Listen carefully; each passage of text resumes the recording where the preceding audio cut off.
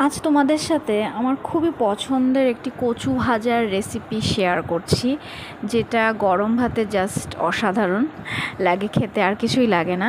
তো প্রথমে কচুগুলোকে এভাবে গোল গোল করে কেটে নিতে হবে, আর তার মাঝখানে আরেকটা এভাবে কাট লাগাতে হবে, যেটার ভেতরে আমরা ফিলিংস দিতে পারি।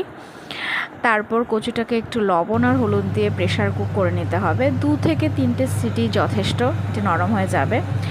তারপর লবণ হলুদ মাখিয়ে ভালো করে এবার যেটা আসল কাজ, ফিলিংসটা, সেটার জন্য এখানে নিয়ে নিয়েছি আমি সর্ষে পাউডার, যেটাকে আমি পেস্ট মতো করে নিয়েছি জল, লবণ, হলুদ দিয়ে আর বেশি করে লঙ্কা দিয়ে। তোমরা চাইলে বাটাটাও নিতে পারো, আমি এখানে রেডিমেডটা ইউজ করেছি।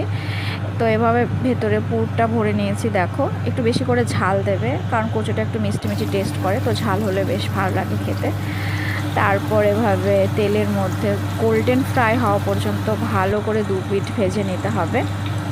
ব্যাস হয়ে গেল।